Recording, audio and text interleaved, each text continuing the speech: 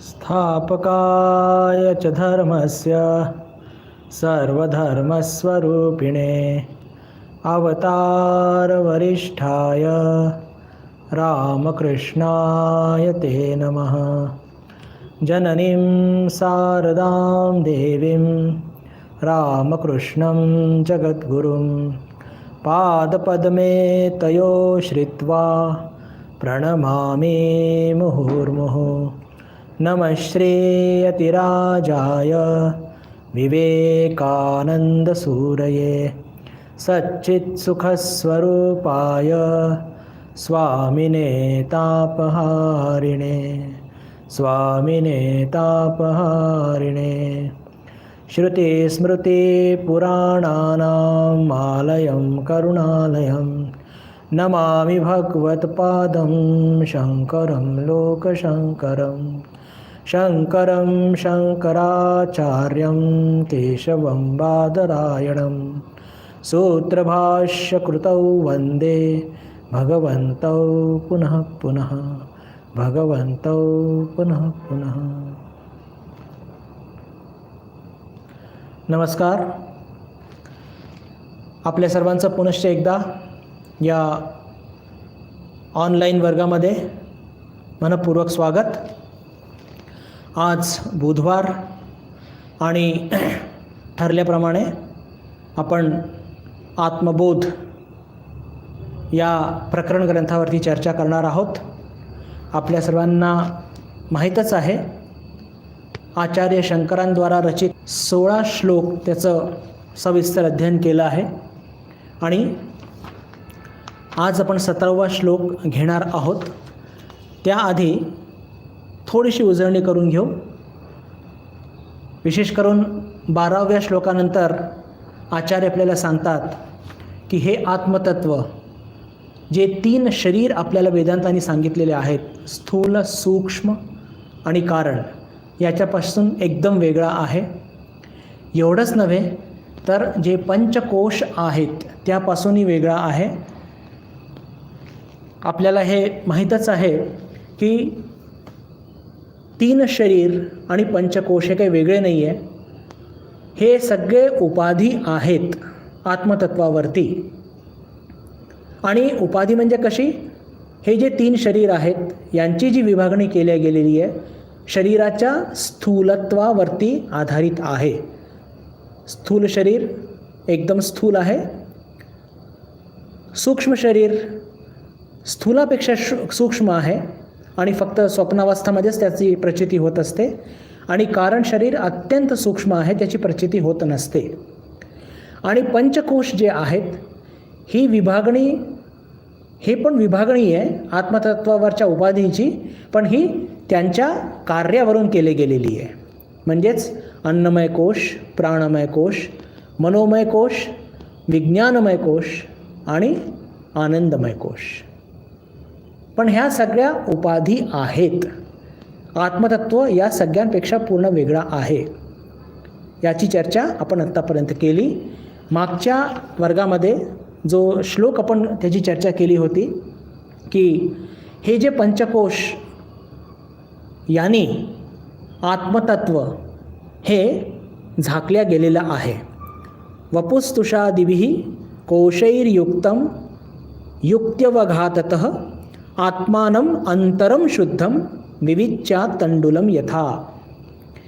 धानाचं उदाहरण आचार्यांनी आपल्याला दिलं होतं, याची चर्चा आपण केली होती। आपल्या सर्वांना ते ध्यानात असेलच। आणि जसं धानातून तूस आणि तांदूळ वेगळं करता येतं, कसं? त्याला अवघाततः म्हणजे त्याला कुटावं लागतं, कांडणं आपण मराठीत म्हणतो। त्यातून काय होत असतं? तांदूळ वेगळा आणि तूस वेगळा। तसंच आपण जे आत्मतत्व आपला हे झाकल्या गेलेलं आहे 5 पंचकोशांनी, तर ते वेगळं कसं करायचं? त्याला फिजिकली मारायची आवश्यकता नसते। मग युक्ती अवघाततः, युक्ती म्हणजे काय? युक्ती म्हणजे विवेक युक्तीद्वारा। इथपर्यंत मागच्या वेळेस आपण थांबलो होतो। आज आपण 17वा श्लोक त्याची चर्चा करणार आहोत. आधी आपण वाचून घेऊ, त्याचा अर्थ वाचू आणि नंतर त्याचं विवेचन आरंभ करूया. सदा सर्वगतोप्यात्मा न सर्वत्र अवभासते बुद्धावेवावभासेत स्वच्छेषु प्रतिबिंबवत्. सदा सर्वगतोप्यात्मा न सर्वत्र अवभासते बुद्धा येवावभासेत स्वच्छेषु प्रतिबिंबवत्. काय अर्थ? जरी आत्मा सर्वदा सर्वव्यापक असला तरी सर्वत्र सर्व पदार्थांमध्ये त्याचा आभास प्राप्त होत नाही. ज्या प्रकारे स्वच्छ आरशात व पाण्यातच प्रतिबिंब दिसतो त्याप्रमाणे त्याचा अनुभव केवळ बुद्धीमध्येच होतो.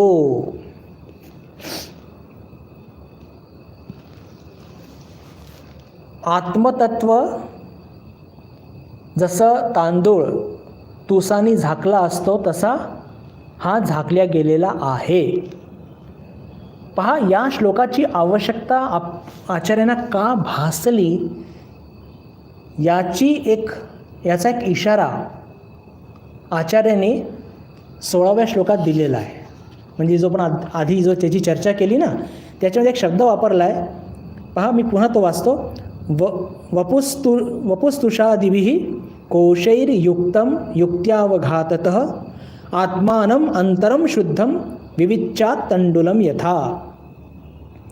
आत्मानं अंतरं शुद्धं, हे आत्मतत्व कसं आहे? शुद्ध आहे. आणि कसं आहे? अंतरम. जसं तांदूळ अंतरम आहे कशाच्या? तुसाच्या. तसं ते आत्मतत्व कुठं आहे? डीप इनसाइड, या शरीराच्या एकदम आतमध्ये आहे. आता ते आत्मतत्व एकदम आतमध्ये आहे आणि ते या पंचकोशांनी, या अनात्मानी झाकल्या गेलेला आहे. आता हे आत्मतत्व एकदम अंतरम असं म्हटलं, या शरीराचा आत, डीप इनसाइड, इनर साइड असं म्हटल्यानंतर आपल्याला काय वाटतं की अरे हे शरीर तर एकदम लहानच आहे. 5 फूट, खूप झालं 6 फूट, 6.5 फूट, आणि त्याच्यामध्ये ते आत्मतत्व आहे. याचा अर्थ त्याला एका प्रकारचा लिमिटेडनेस, संकुचितपणा आला की काय? हा प्रश्न येणं एकदम स्वाभाविक आहे आपल्यासारख्या सामान्य साधकाच्या मनामध्ये. आणि त्याचं उत्तर आचार्यांनी 17व्या श्लोकात दिलेलं आहे. अतिशय सुंदर. पहा, विचारांची किती सुंदर एक सुसूत्रता या ग्रंथामध्ये सापडते. सदा सर्वगतोप्यात्मा न सर्वत्र अवभासते. की पहा, म्हणजे आचार्य स्पष्ट करतात आहे की मागच्या श्लोकामध्ये, म्हणजे मी थोडीशी भूमिका मांडतोय की मागच्या श्लोकामध्ये जरी अंतरम म्हटलेलं आहे आत्मतत्वाला, आणि या शरीराच्या आतमध्ये ते आहे कसं? जसं धानाच्या आतमध्ये तांदूळ असतो आणि त्याला विविच्य म्हणजे विवेक अवघात करून त्या तुसाला दूर करून तांदूळ बाहेर काढायचा असतो, तसंच हे आत्मतत्व या पंचकोशाच्या आतमध्ये आहे. या शरीराच्या आतमध्ये पंचकोशांनी जरी ते झाकलेलं असलं तरी सुद्धा आत्मतत्वाचं एक वैशिष्ट्य असतं, आणि ते काय? सदा, नेहमी, सर्वगतोप्यात्मा. हे आत्मतत्व कसं आहे? या शरीराच्या आतमध्ये तर आहे, पण ते सर्वादूर, सर्वगतोप्यात्मा, सर्वादूर आहे. या वास्तूमध्ये, या मोबाईलमध्ये, या झाडझुडपांमध्ये, या मंदिरामध्ये, या दरी, डोंगर, हत्ती, घोडे, उंट जे काही बघत आहोत सर्वात दूर ते एकच चैतन्य, एकच आत्मतत्व खेळत आहे. सदा सर्वगतोप्यात्मा न सर्वत्र अवभासते. हा शब्द फार महत्त्वाचा आहे. न सर्वत्र अवभासते, त्याचं आपल्याला भास सर्वात दूर होत नाही. जरी तो पसरलेला आहे, जरी आत्मतत्व या शरीरामध्ये आहे आणि तेच आत्मतत्व सर्वात दूर पसरलेलं आहे, पण ते चैतन्य कुठे दिसत असतं? चैतन्य शक्ती कुठे दिसत असते? शरीरामध्ये. सर्वात दूर तो दिसत नाही, अनुभवात येत नाही. याची चर्चा आपण अजून थोडी पुढे गेल्यावरती अजून त्याला स्पष्ट करूया. जे मला मुद्दाम सांगायचं आहे की या श्लोकाची रचना करण्याची आवश्यकता आचार्यांना का पडली?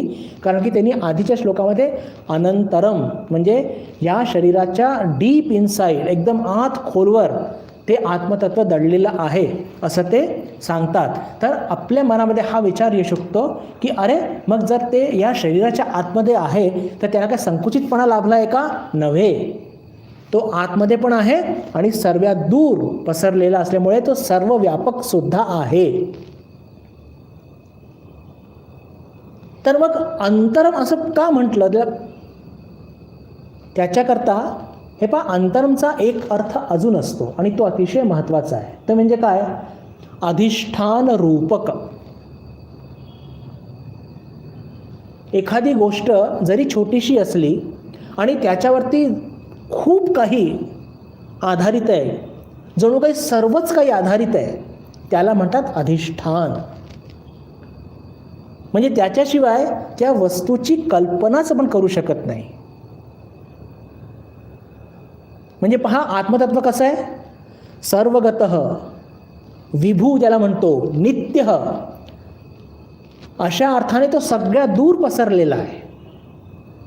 म्हणजे पहा, आत्मतत्वाचे 2 डायमेन्शन्स मी तुमच्या पुढे मांडतोय, रादर आचार्य मांडत आहेत,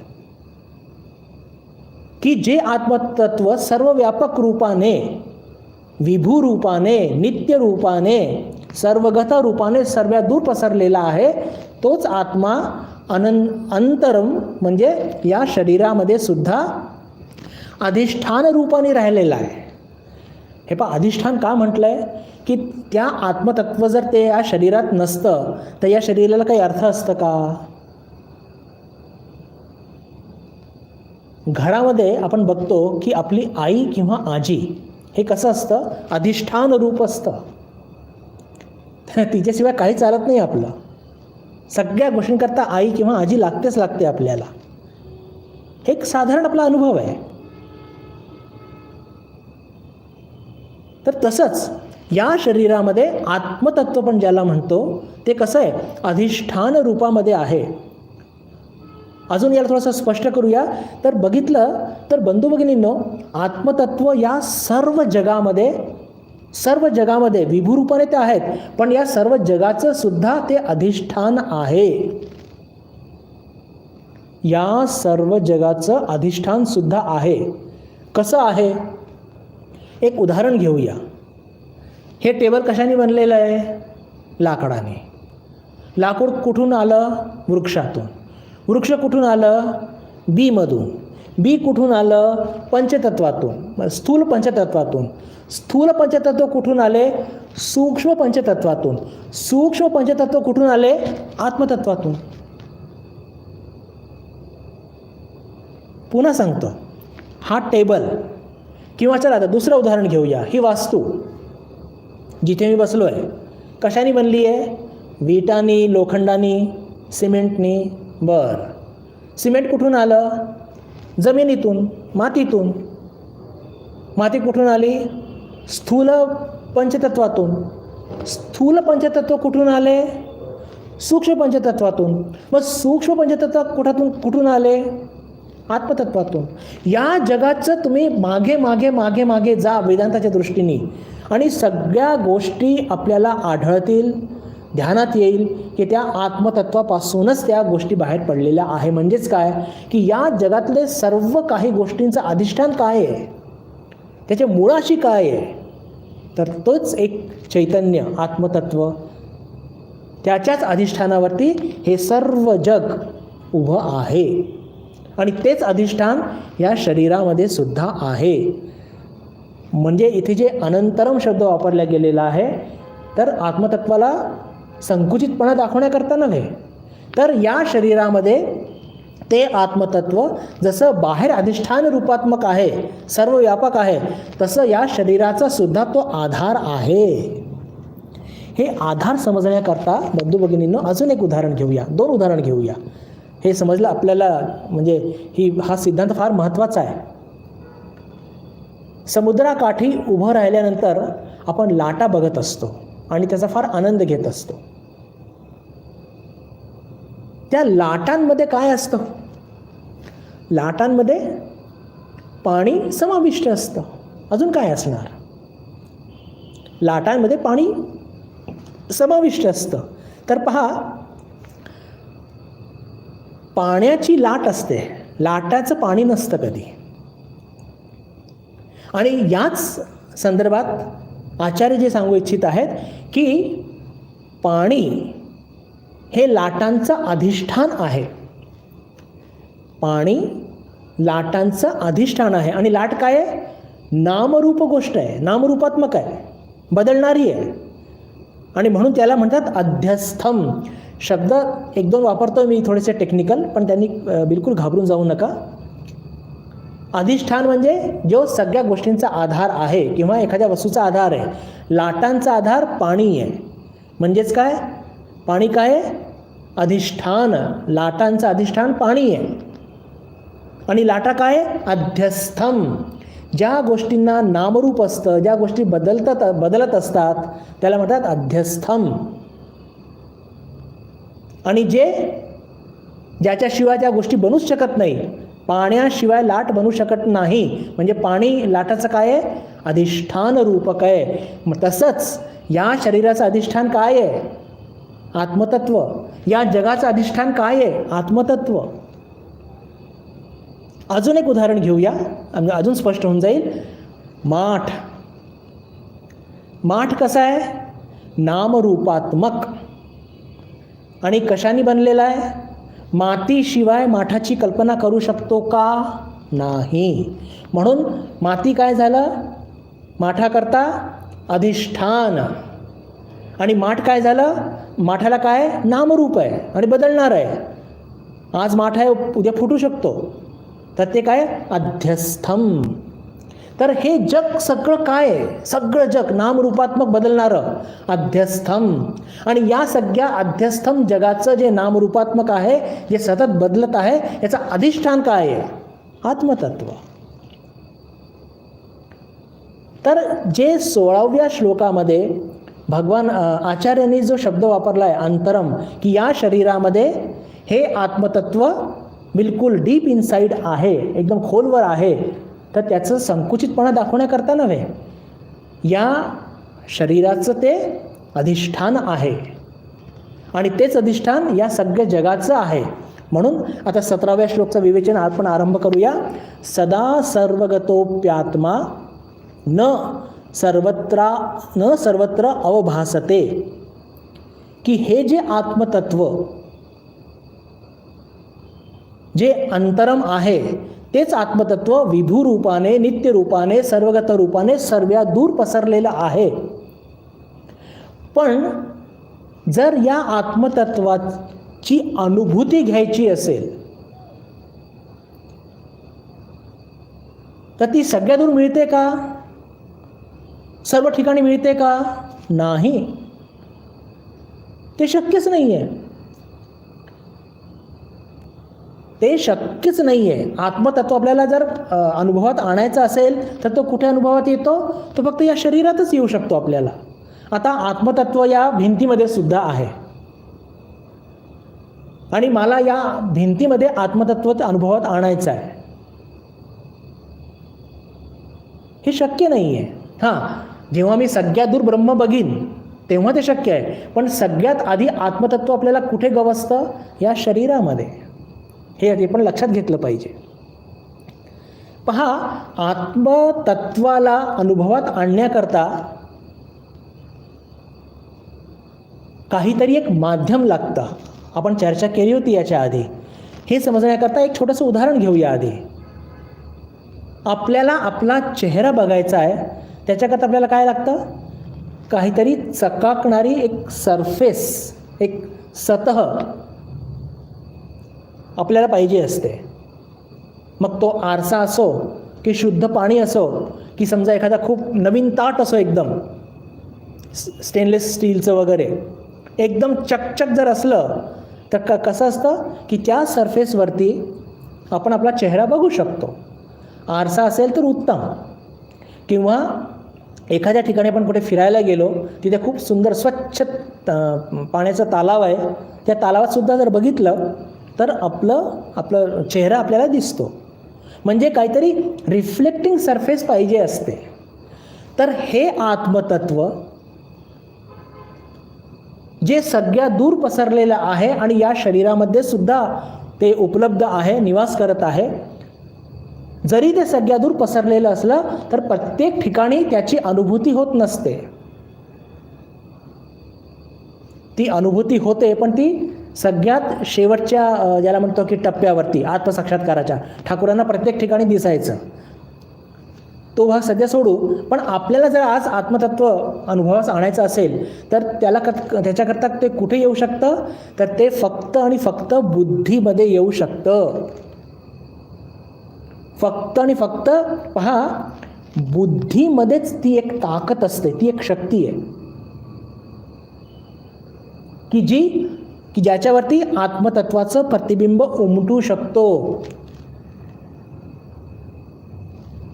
बुद्धी जी ईश्वराने माणसाला दिलेली आहे त्याला चित्त सुद्धा म्हणतात. आणि म्हणून वेदांतामध्ये एक सिद्धांत आहे, यत्र यत्र चित्त तत्र तत्र चित्ताभास.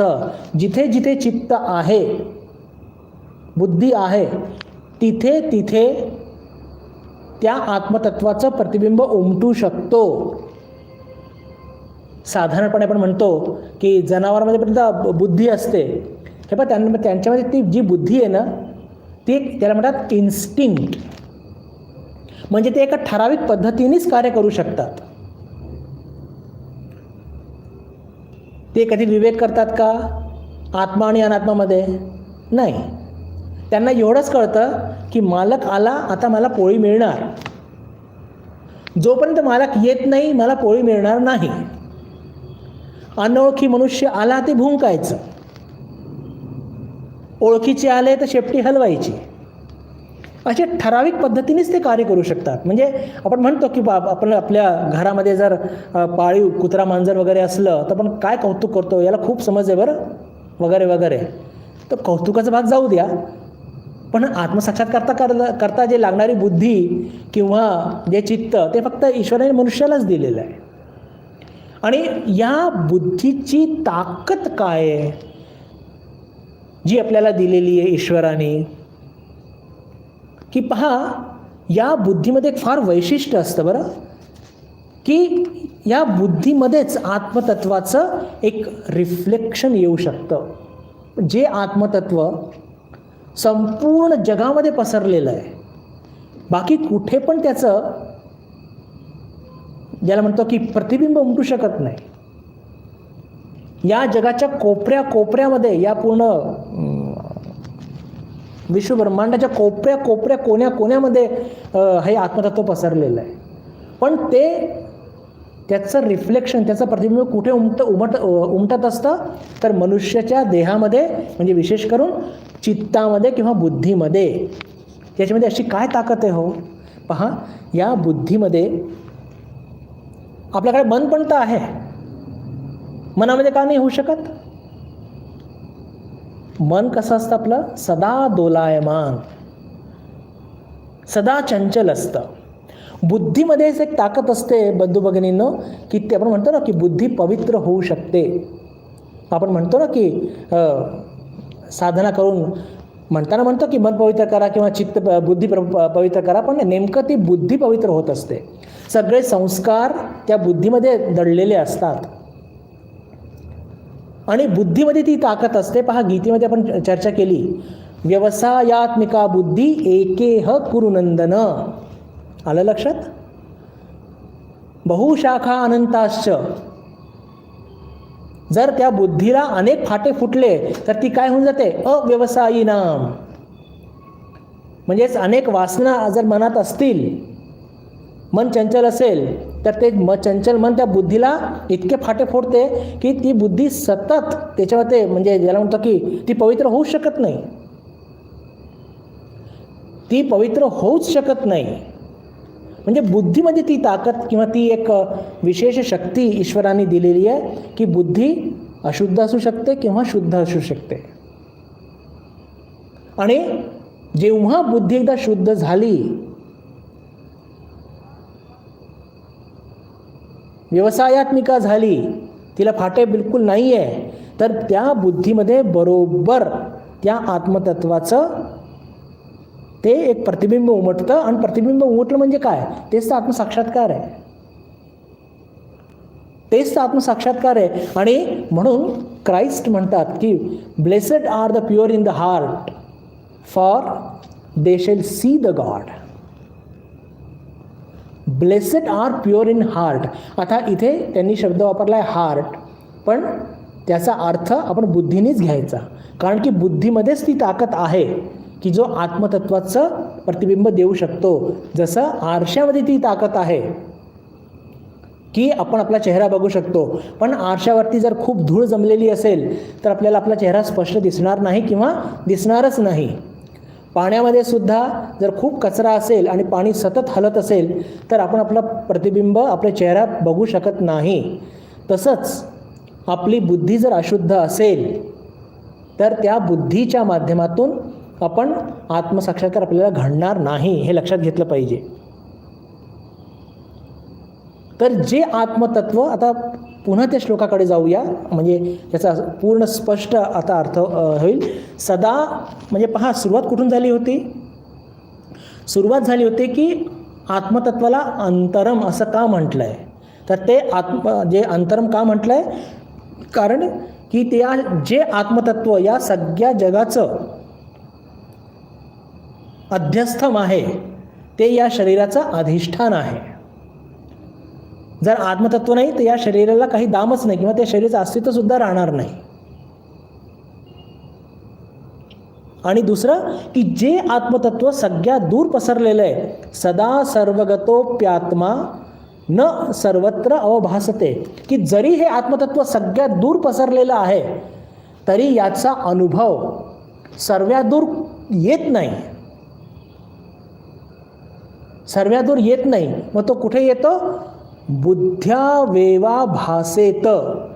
फक्त बुद्धीमध्येच याचं प्रतिबिंब उमटू शकतो, याला अनुभव घेऊ शकतो. आणि ती बुद्धी पण कशी? स्वच्छेषु. आचार्य सोडणार नाही आहे. फक्त बुद्धीमध्ये त्याचं रिफ्लेक्शन येऊ शकतं तर मग ते झालं, आपलं आत्ताच झालं असतं ब्रह्मज्ञान, पण तसं नाही आहे. बुद्धावेवा भासेत स्वच्छेषु प्रतिबिंबवत, की जेव्हा आपली बुद्धी स्वच्छ होऊन जाईल, निश्चयात्मिका होऊन जाईल, व्यवसायात्मिका होऊन जाईल, स्थिर होऊन जाईल, तेव्हा काय होईल? त्या स्वच्छेषु, त्या स्वच्छ बुद्धीमध्ये प्रतिबिंबवत त्या आत्मतत्वाचा प्रतिबिंब त्या बुद्धीवरती उमटेल. आणि तेच तर आत्मसाक्षात्कार आहे. एकदा लक्षात आलं की या सगळे हे जे पंचकोश हे उपाधी आहे आणि मी या पंचकोशांपासून वेगळा आहे, हे केव्हा ध्यानात येईल? जेव्हा आपल्या स्वच्छ झालेल्या बुद्धीवरती त्या आत्मतत्वाचं प्रतिबिंब उमटेल. That itself is realization. पहा, आत्मतत्व जे असतं ना, हे स्वतः सिद्ध अस्तित्व आहे. आत्मतत्वाच्या अस्तित्वाकरता कोणाच्या सर्टिफिकेटची आवश्यकता नसते. ही पूर्ण स्वतंत्र सत्ता आहे, पूर्णपणे स्वतंत्र सत्ता आहे. ही कोणावरती पण आधारित नसते, कोणावरती आधारित नसते, एकदम स्वतंत्र सत्ता आहे.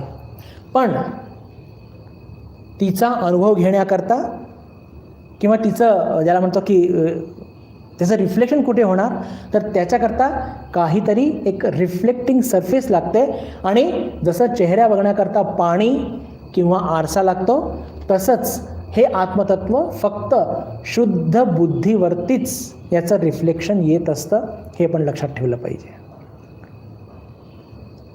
शुद्ध बुद्धीवरतीच यत्र यत्र चित्त तत्र तत्र चित्ताभास, म्हणजे तिथे चित्ताचा भास म्हणजेच आत्मतत्वाचा भास होत असतो. जरी आत्मतत्व सर्वदूर पसरलेलं असलं तरी त्याचं अनुभव ते फक्त या शरीरामध्ये आणि तेही शुद्ध बुद्धीमध्ये येत असतं, असं इथे आचार्यांचं म्हणणं आहे. तर या श्लोकाचं विवेचन इथे पूर्ण होत आहे. आणि या श्लोकाची आवश्यकता इथे का पडली? कारण की आधीच्या श्लोकामध्ये अंतरम हा शब्द आचार्यांनी वापरला होता. तर अंतरम का आहे? कारण की तो या शरीराचा अधिष्ठान आहे आणि या शरीरामध्ये जी बुद्धी आहे ती शुद्ध झाल्यावर तिथेच फक्त त्याचा अनुभव येऊ शकतो. जरी ते आत्मतत्व सगळ्या दूर पसरलेलं आहे, मुंबईला आहे, दिल्लीला आहे, पॅरिसला आहे, लंडनला आहे, पण ते फक्त त्याचं अनुभव, त्याचं जे रिफ्लेक्शन ते कुठे येऊ शकतं? ते अनुभव फक्त हे अभिव्यक्त कुठे होऊ शकतं? तर ते फक्त बुद्धीमध्येच, ते शुद्ध बुद्धीमध्ये होऊ शकतं. म्हणून ते अंतरम शब्द हा वापरलेला आहे. म्हणजे तो शब्द वापरला आहे त्याच्याकरता आचार्यांनी एक श्लोक अजून एक्स्ट्रा खर्च केला. म्हणजे केवढी काळजी हे अवतार पुरुष घेत असतात, आपल्याला कोणत्याही प्रकारचं कन्फ्युजन होऊ नये याच्याकरता हे त्याचं एक बेस्ट उदाहरण आहे. असो, पुढचा श्लोक आता त्याच्याकडे जाऊया. आधी श्लोक वाचूया, मग त्याचा अर्थ वाचू आणि मग विवेचन प्रारंभ करूया. देहेंद्रिय मनोबुद्धी प्रकृतिभ्यो विलक्षणम तत्वृत्ती साक्षिणम विद्यात आत्मानं राजवत सदा. देहेंद्रिय मनोबुद्धी प्रकृतिभ्यो विलक्षणम तत्वृत्ती साक्षिणम विद्यात आत्मानं राजवत सदा. आत्तापर्यंतच्या आपल्या चर्चेमध्ये म्हणजे स्पेशली श्लोक नंबर 12च्या पुढे आपण सतत उपाधी उपाधी उपाधी हे शब्द ऐकत आहे. 3 शरीर आत्मतत्वावरती उपाधी आहे, आत्मतत्व वेगळं आहे. पंचकोश आत्मतत्वावरती उपाधी आहे, आत्मतत्व यांच्यापासून वेगळं आहे. याला विविच्च म्हणजे विवेक करून वेगळं करा. आत्मतत्वाला वेगळं करा, विवेक करून. उदाहरण देतात की जसं तांदूळ धानापासून वेगळा केला जातो तसं वेगळं करा. अरे पण नेमकं करा तरी काय? आपण जेव्हा शेतातून धान उचलून आणतो, कापून वाळल्यानंतर त्याला कुटतो, म्हणजे काहीतरी कर्म करतो, तेव्हा आपल्याला तांदूळ मिळतात. पण इथे न मन दिसतंय, न ते पंचकोश दिसतात आहे, न आत्मा दिसतोय. मग नेमकं करायचं काय? हे पहा, ही विवेक करण्याची ही मानसिक प्रक्रिया असते. आणि या श्लोकाच्या माध्यमातून आपल्याला आचार्य काय सांगणार आहे की ती मानसिक क्रिया कशी करायची. पुढचे काही 2-3 श्लोक असेच येणार आहे आता. म्हणजे फक्त विवेक करून आत्मतत्वाला पंचकोशांपासून वेगळं करा, फक्त असं सांगतच नाही आचार्य. ते कसं करायचं आहे, त्याची काय विधी आहे ते सुद्धा सांगत आहेत. आणि ते सांगण्याकरता त्यांनी या श्लोकाची रचना केली. त्याचा अर्थ माझा वाचायचा राहून गेला, मी आधी अर्थ वाचतो, मग आपण विवेचन प्रारंभ करूया. ते काय म्हणतात? देहेंद्रिय मनोबुद्धी प्रकृतिभ्यो विलक्षणम तद्वृत्ती साक्षिणम विद्यात आत्मानं राजवत सदा. देह, इंद्रिय, मन आणि बुद्धी या प्रकृतीच्या कार्यांपासून आत्मा हा विलक्षण अर्थात स्वतंत्र आहे. एखाद्या राजाप्रमाणे तो सदा साक्षी भावाने राहतो. देह, इंद्रिय, मन आणि बुद्धी या प्रकृतीच्या कार्यांपासून आत्मा हा विलक्षण म्हणजे एकदम वेगळा, विलक्षण. याचा काय अर्थ आहे पण पुढे अजून खोलात जाऊया, पण सध्या तरी हा अर्थ घेऊया. विलक्षण म्हणजे एकदम वेगळा. विलक्षण अर्थात स्वतंत्र आहे. एखाद्या राजाप्रमाणे तो सदा साक्षी भावाने राहतो. आत्मबोध या ग्रंथाचं वैशिष्ट्य, अनेक श्लोकांमध्ये ते काहीतरी आचार्य उदाहरण देऊन आत्मतत्व मांडत असतात. जिथे शक्य असतं तिथे, प्रत्येक ठिकाणी दिलंच असं जरुरी पण नाही आहे. आता इथे जे उदाहरण दिलं आहे, तर आपली पद्धत काय आहे की आपण आधी उदाहरणाची चर्चा करतो आणि मग सिद्धांताकडे जात असतो. तर आता भूमिकेमध्ये आपण काय बघितलं बंधू भगिनींनो, की आत्मतत्व याच्यावरती या पंचकोशांची उपाधी आहे आणि वेदांत आपल्याला सांगतं की ही उपाधी दूर करा, आत्मतत्व यांच्यापासून वेगळं आहे आणि विवेक करून ते आत्मतत्व वेगळं करा आणि मुक्त व्हा. पण ते नेमकं कसं करायचं आहे हे आपल्याला आचार्य सांगत आहेत आणि त्याच्याकरता ते आधी उदाहरण कसं देऊन राहिलेत, ते विवेक कसं करायचं, तर ते राजाचं उदाहरण देत आहेत. काय उदाहरण देत आहेत ते म्हणतात की पहा, एखादं राज्य आहे, त्या राज्यात एक राजा आहे, त्याचं मंत्रिमंडळ आहे, अधिकारी आहे, ऑफिस बेअरर्स आहेत, क्लर्क आहेत आणि सगळी व्यवस्था आहेत. गृह खातं आहे, संरक्षण खातं आहे, वित्त खातं आहे, अर्थ खातं आहे, सगळे खाते आहेत आणि प्रत्येकजण आपलं आपलं कार्य करत आहे. पण या सगळ्या कार्यभाराची जबाबदारी कोणाची आहे? राजाची. एखादं काही कार्य हातात घेतलं राजाने, तर निर्णय कोण घेतं? राजा. ते कार्य कसं चालू आहे याची इन्फॉर्मेशन कोणाला जाते? राजाला. पण ते कार्य वस्तुतः स्वतः राजा करतो का? कधी नाही. एखाद्या ठिकाणी पूल बांधायचा आहे, निर्णय झाला, खर्चाचं बजेट आखल्या गेलं, जमीन घेतल्या गेली, जे काही असेल ते सगळं पूर्ण होत गेलं आणि काम सुरू झालं, तर स्वतः राजा आता इन्स्पेक्शनला वगैरे जाणार तो भाग वेगळा, पण स्वतः विटा घेऊन कॉलम उभे करणं हे राजा करतो का? कधी नाही. राजा कधी पण स्वतः कोणत्याही काम आपल्या हाताने करत नसतो. त्याला निर्णय घ्यायचे असतात, काम कसं चालू हे बघायचं असतं, इन्फॉर्मेशन फीडबॅक घ्यायचं असतं वगैरे वगैरे. पण राजा स्वतः कधी काम करत नाही. अजून एकदा उदाहरण घेऊया की समजा संध्याकाळच्या वेळेस काहीतरी संगीताचा नृत्याचा कार्यक्रम आहे, तर त्या संगीत आणि नृत्याचा कार्यक्रम राजा साक्षी भावाने त्याचा आस्वाद घेत असतो. पण तो स्वतः काही संगीत गात नाही, तो स्वतः काही नाचत नाही तिथे. हां, मात्र त्याच्या अनुमोदनाने, हे महत्त्वाचं आहे, त्याच्याच अनुमोदनाने तो प्रोग्राम ठरलेले असतात आणि तो साक्षी भावाने ते सगळं बघत असतो, त्याचा आस्वाद घेत असतो. कुठेतरी काही दंगल पेटलं आणि तिथे काय लाठीचार्ज करायचा की गोळीबार करायचा आहे, निर्णय तो देतो, लाठीचार्ज करायचा आहे. त्याचे जे काही परिणाम होतील त्याची जबाबदारी त्याचीच आहे, नक्कीच. पण लाठी घेऊन स्वतः तो त्या दंगलीच्या ठिकाणी जाऊन मारायला कोणाला जात नाही.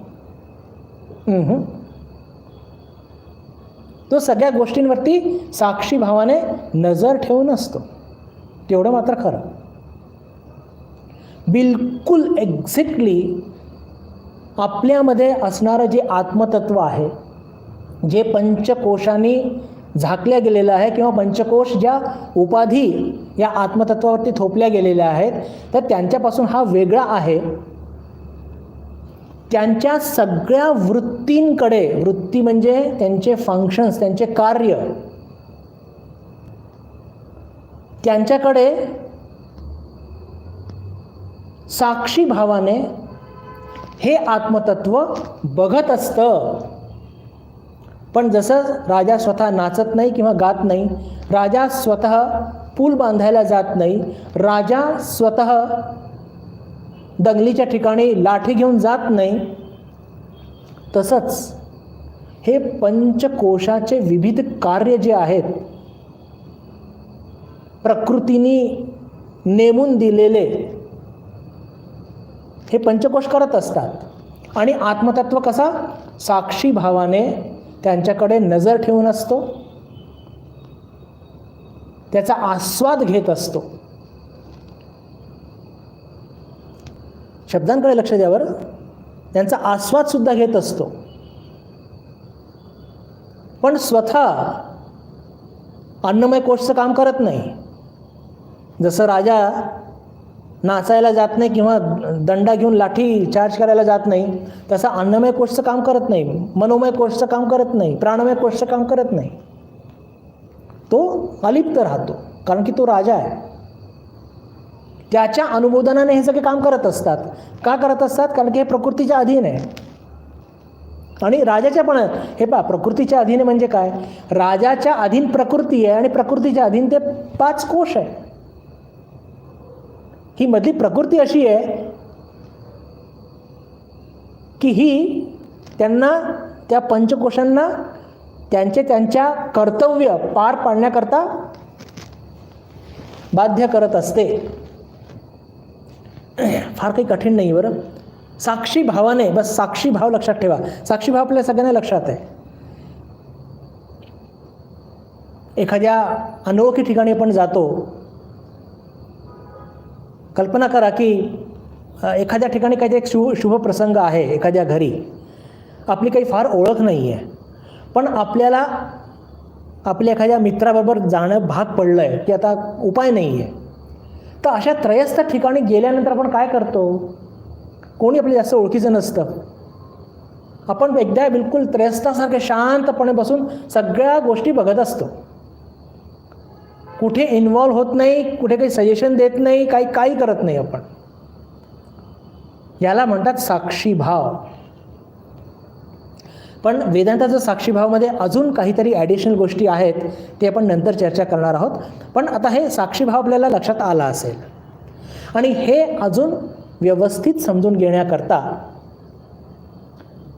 एक वेदांताचा एक नवीन सिद्धांत, नवीन म्हणजे आपण पहिल्यांदा चर्चा करत आहोत, म्हणून की दृक् दृश्य विवेक, त्याची थोडी चर्चा करूया. दृक् दृश्य विवेक. विवेक शब्द आपल्या सर्वांना माहिती आहे. पहा, या श्लोकाच्या माध्यमातून आपण काय शिकत आहोत की आत्मतत्व आणि हे पंचकोश किंवा 3 शरीर हे वेगळे कसे करायचे, विविच्य वेगळे कसे करायचे. कारण दिसत काही नाही आहे. धान दिसतो कुठलं की तांदूळ आणि तूस वेगळा होतो, पण इथे आपल्याला मानसिक कर्म करायचं आहे. तर त्याच्याकरता काय करावं लागेल? तर ती मेथड ज्याला म्हणतात दृक् दृश्य विवेक. विवेक म्हणजे वेगळं वेगळं करणे, विविच्य, to discriminate, to differentiate, to disintegrate. मग दृश्य शब्द पण तर बिलकुल आपल्या ओळखीचा आहे. हो, जे काही आपण बघत आहोत या जगामध्ये, जे काही बघत आहोत, दरी, डोंगर, हत्ती, घोडे, उंट, वाघ, सिंह, मनुष्य, आजी आजोबा, आई वडील, शाळा, वस्तू, इमारत, हवाईजहाज, जहाज, ओव्हरब्रिज, अंडरब्रिज, रेल्वे, सगळं काय दृश्य आहे. म्हणजे पहा, 2 शब्द तर आपल्या ओळखीचे आहेत. एक झालं दृश्य, एक झालं विवेक. आता उरलं काय? दृक्. दृक् म्हणजे काय? पाहणारा. पाहणारा कोण आहे? आपण. अर्थातच सोपं आहे. दृक् म्हणजे पाहणारा, दृश्य म्हणजे जे पाहिल्या जातं, आणि विवेक म्हणजे विवेक करणं. फक्त इथे एक छोटासा प्रॉब्लेम काय आहे की पाहणारा कोण आहे, बस इथून थोडी अडचण आहे. काळजी नाही, आपण बिलकुल सोपं करून जाऊया. पाहणारा कोण आहे? मी आहे. मी कोण हो? या मीचे किती आयडेंटिटी आहेत? मी म्हणजे अन्नमय कोश का? मी म्हणजे प्राणमय कोश का? मी म्हणजे मनोमय कोश का? मी म्हणजे विज्ञानमय कोश का? किंवा मी म्हणजे आनंदमय कोश का? पहा, आपला जो मी आहे ना, आपल्याला न कळत, बिलकुल न कळत, या 5 लेयर्समध्ये, 5 कोशांमध्ये खेळत असतो. आणि आपल्या काय म्हणूया त्याला, आपल्या सुविधेप्रमाणे कधी तो अन्नमय कोशच्या माध्यमातून प्रगट होतो, कधी प्राणमयच्या, कधी मनोमयच्या, कधी विज्ञानमयच्या आणि कधी आनंदमयच्या. तर मी नेमका पाहणारा पण कोणाला ठरवायचा हा फार मोठा प्रश्न आहे. हे फार एक महत्त्वाचा सिद्धांत आहे बरं, मला असं वाटतं. पण जरी आपला मी या 5 कोशांच्या माध्यमातून प्रगट जरी होत असला, तरी आपल्याला बौद्धिक रूपाने हे माहीत आहे की नेमका पाहणारा आपल्यामध्ये असलेला अधिष्ठानात्मक जो रूप आहे, म्हणजेच आत्मा, तोच बघणार आहे. हे आपण सर्वजण मान्य करूया की आपला जो मी आहे हा विभिन्न माध्यमातून प्रगट होत असतो. कधी अन्नमय कोशाच्या माध्यमातून, कधी प्राणमयच्या माध्यमातून. पण जर या सगळ्यांच्या मागे, या सगळ्या जगाचं अधिष्ठान रूप काय आहे? आत्मा. आत्मा जर नसता तर हे पंचकोश जे त्या आत्माच्या बळावरती मी मी मी करतात, जर तो आत्मा नसता तर हे मी करू शकले असते का? नाही. याचाच अर्थ काय आहे की खरा पाहणारा कोण आहे? You got it? आत्मा. चला, पण आधी ह्या पंचकोशांच्या माध्यमातून हे आत्मतत्व कसं प्रगट होतं आणि कसं आपल्या सोयीप्रमाणे प्रगट होत असतं.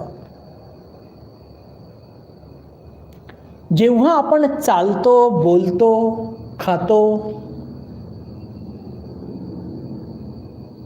किंवा आपला ज्याला म्हणतो की जायते, वर्धते, अपक्षीयते, म्रियते, हे सगळं घडत असतं, तेव्हा तो मी म्हणजे कोणतं काम करत असतो? अन्नमय कोशातला मी काम करत असतो. आलं का लक्षात? अन्नमय कोशाच्या माध्यमातून जेव्हा मी प्रगट होतो तेव्हा काय होत असतं? तेव्हा ही एक आपण म्हणतो ना की मी जरा निघालो आहे, मी चालत आहे, मी चालत आहे असं जेव्हा सांगतो तेव्हा आपल्यातला कोणता मी प्रगट होत असतो? आपण सध्या आत्मसाक्षात्कारी नाही, बरोबर ना? तर मी चालत आहे, मी बसलेलो आहे, मी बोलत आहे असं म्हणत असतो तेव्हा कोणता मी प्रगट होत असतो? कोणत्या कोशाच्या माध्यमातून? अन्नमय कोश. माझं वजन वाढलंय बरं, नाही, मी जरा रोड झालो आहे, माझी उंची वाढली आहे. हे सगळे जे मीपणाचा हा जो पावती बाहेर येते ही कसली येते? अन्नमय कोशाच्या माध्यमातून. ॲग्रीड? दुसरं घेऊया. मला भूक लागली आहे, मी आज खूप दमून गेलो हो, मला बिलकुल त्राण नाही माझ्या शरीरामध्ये. हे एक्सप्रेशन जेव्हा आत्मतत्व त्या प्राणमय कोशाच्या माध्यमातून प्रगट होतात, काय सुंदर गोष्ट आहे बघा. Is it not wonderful? म्हणजे अन्नमय कोशाच्या माध्यमातून जेव्हा प्रगट होतं तेव्हा काही वेगळेच एक्सप्रेशन असतात आपले. प्राणमय कोशाच्या माध्यमातून जेव्हा तो मी प्रगट होतो तर त्याचे एक्सप्रेशन फार वेगळे असतात. भूक लागली आहे, तहान लागली आहे, खूप दमून गेलेलं आहे, माझ्या बाकी त्राण नाही राहिला आज. हे सगळे फंक्शन्स कोणाचे? प्राणमय शरीराचे. आज त्याने माझा फार अपमान केला, मी खूप चिडलो होतो बरं, माझा तोलच गेला होता आज, काय सांगू. असं वाटलं की त्याला 2 लावून देऊ तिथेच ऑफिसमध्येच.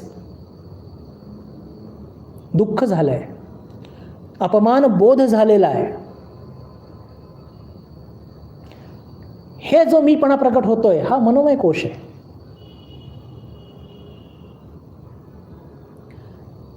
मी आज ठरवलं होतं की मी आज बँकेत जाणारच आणि मी गेलो सुद्धा.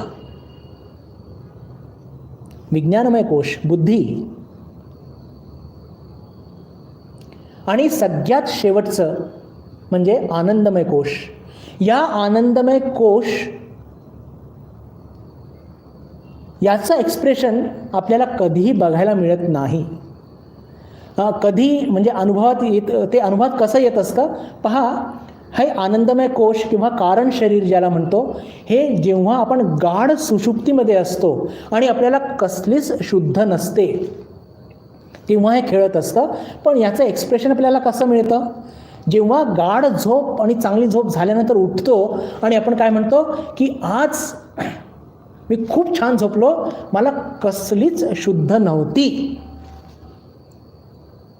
मला कसलीच शुद्ध नव्हती.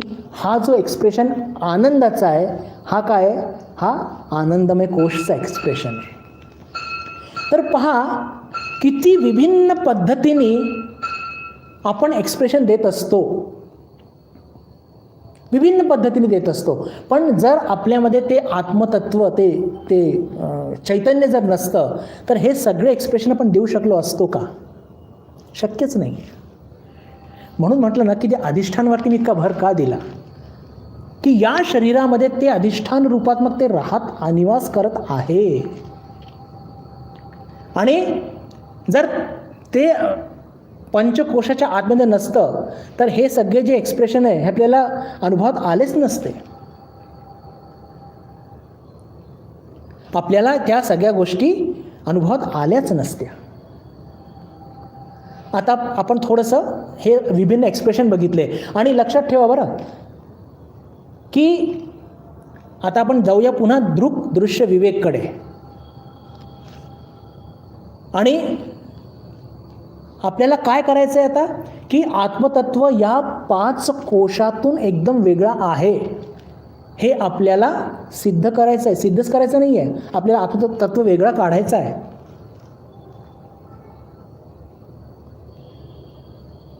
आपण जेव्हा म्हणतो की माझं वजन वाढलं, आपण जेव्हा म्हणतो की मी उंच झालो, हे जेव्हा एक्सप्रेशन देत असतो याचा अर्थ काय आहे की काहीतरी बदल आपल्यामध्ये घडत आहे आणि आपल्यामध्येच काहीतरी एक स्थिर गोष्ट आहे जे आपल्यामध्ये या परिवर्तनाला ग्रहण करत आहे.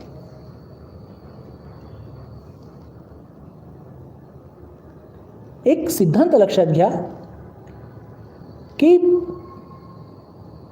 2 परिवर्तन जर एकाच वेळी घडत असतील तर परिवर्तन घडत आहे हे ग्रहण करणं अवघड असतं.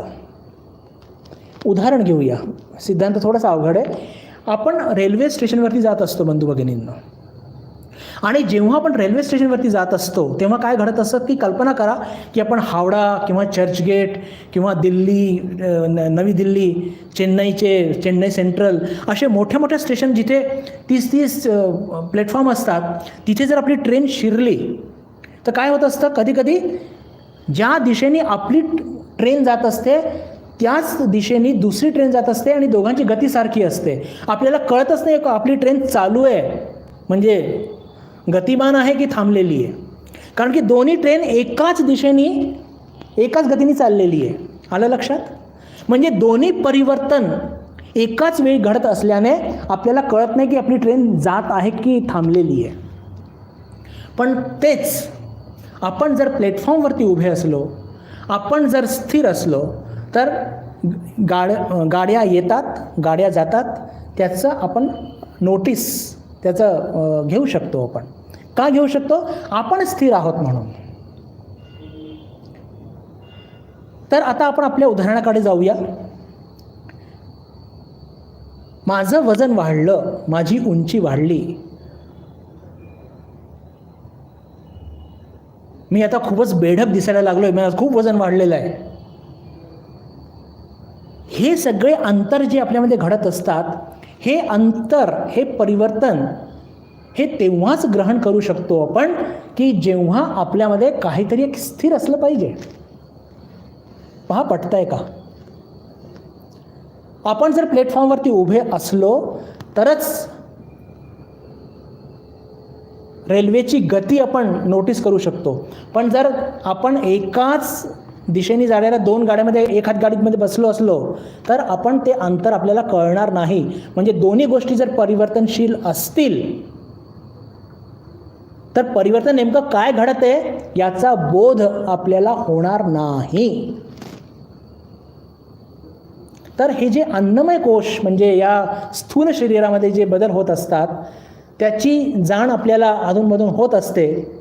याचाच अर्थ काय की काहीतरी स्थिर गोष्ट या शरीरामध्ये आहे की ती स्थिर गोष्ट आपल्याला सांगते उंची वाढली आहे किंवा शरीर कृशकाय झालेलं आहे किंवा वजन वाढलेलं आहे.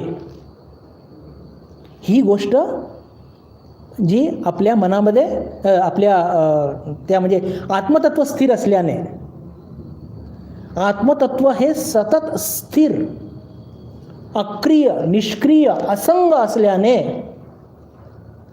मी 4 शब्द वापरतोय बरं आणि फार महत्त्वाचे. निष्क्रिय किंवा अक्रिय एकच गोष्ट आहे. असंग म्हणजे तो या स्थूल हे जे काय म्हणतात त्याला अन्नमय कोश आहे याच्यापासून तो वेगळा आहे. आणि वेगळा जर नसता तर जर शरीर जाड झालं तर आत्मा जाड झाली असती.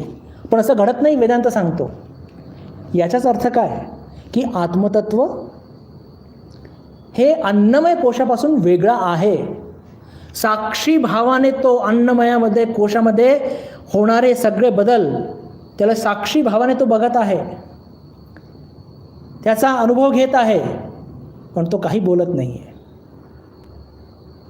तो काही बोलत नाही आहे. उंची वाढतीये, वजन वाढतंय, अपक्षीयते, काहीतरी डिके होऊन राहिलंय, वृद्धत्व येत आहे. हे सगळे बदल त्या शरीरामध्ये घडत आहेत, आत्मतत्वामध्ये नाही. जसा राजा आपल्या राज्यामध्ये तो संगीताचा कार्यक्रम बघत आरामात बसलेला आहे, तो संगीत काही गात नाही आहे, तसंच आपल्या शरीरामध्ये हे जे अन्नमय कोशामध्ये जे काय बदल घडत आहे त्याचा साक्षी भावाने तो बघत आहे. त्याला कोणत्याही प्रकारचं ज्याला म्हणतो की त्याचा परिणाम म्हणजे शरीरामध्ये घडणाऱ्या बदलाचा परिणाम आत्मतत्वावरती होत नाही. आणि त्या अशा साक्षी भावाने असणाऱ्या त्या आत्मतत्वाला आपण जाणलं पाहिजे. म्हणजे याच्यावरती आपण काय केलं पाहिजे, याच्यावरती आपण चिंतन मनन केलं पाहिजे. काय चिंतन मनन केलं पाहिजे की आत्मतत्व साक्षी आहे. साक्षी म्हणजे काय की शरीरामध्ये घडणारे बदल त्याचा कोणताही परिणाम आत्मतत्वावरती होत नाही आहे. आणि आत्मतत्व सतत निष्क्रिय आणि असंग आहे. तो शरीरापासून पूर्णपणे वेगळा आहे. याचं सतत चिंतन केल्याने त्याच्यावरती मेडिटेशन करावं लागतं. आणि तेव्हा जसं त्या मुंजा गवतातून ते आत्मतत्व कसं बिलकुल मुंजा गवतातून ते त्याचा मधला जो एक स्टेम जसं बाहेर काढता येतं, जसं धानमधून तांदूळ काढता येतं आणि तूस वेगळं करता येतं, तसं या शरीरातून ते आत्मतत्वसुद्धा वेगळं करता येतं. 4 कोश अजून बाकी आहेत. त्याचं असंच विवेचन आपण पुढच्या बुधवारी करूया. आणि ते करून आपण हे समजण्याचा प्रयत्न करूया की इथे जे सारखं सांगितलेलं आहे की 5 कोशांपासून त्याचे कर्म काय आहेत ते त्यांचे कर्म त्यांची ड्युटी करू द्या. राजा वेगळा आहे, साक्षी भावाने तो सगळे ॲक्टिव्हिटी बघत आहे, सगळ्यात त्याचं लक्ष आहे, पण तो स्वतः ॲक्टिव्हिटीमध्ये इन्व्हॉल्व होत नाही. आणि हा साक्षी भाव हेच आपलं आत्मस्वरूप आहे. आणि ते ध्यान करून विवेक करून त्याची अनुभूती घेता येते. तर हे विवेक कसं करायचं हे या श्लोकाच्या माध्यमातून आपण एकच कोश बघितला आहे. पुढच्या बुधवारी उरलेले कोश घेऊन आणि साक्षीचा अजून डीप एक मिनिंग आहे ते पण समजण्याचा आपण प्रयत्न करूया. वेळ झालेली आहे, आज आपण इथेच थांबूया. येत्या शुक्रवारी भगवद्गीतेवरती वर्ग होणार आहे, त्या दिवशी आपली पुन्हा भेट होईलच. उद्या भगवान श्रीरामकृष्णांचे अत्यंत लाडके म्हणजे नरेंद्रनाथ म्हणजेच आपले स्वामीजी, त्यांचा तिथीप्रमाणे त्यांची जन्मजयंती मठामध्ये विविध कार्यक्रम आहेत, त्याचं लाईव्ह स्ट्रीमिंगसुद्धा करणार आहोत. मंदिरसुद्धा 8 ते 11 असं उघडं असणार. तर जे भक्त पुण्यातून ऐकत आहेत ते मठात येऊ शकतात म्हणजे निमंत्रणच आहे रादर. आणि जे इतर ठिकाणी महाराष्ट्रामध्ये ऐकत आहेत या प्रवचनाला, आपल्या आपल्या केंद्रात सुद्धा ते त्यांच्या शेड्यूलप्रमाणे जाऊन ठाकूरमाँ स्वामींचे दर्शन घेऊ शकतात. आज आपण इथेच थांबूया. शुक्रवारी पुन्हा आपली भेट होईल अशी आशा मनात ठेवून आपल्या सर्वांशी मी निरोप घेतो. नमस्कार. ओम शांती शांती शांती. हरि ओम तत्सत. श्रीरामकृष्णार्पणमस्तु.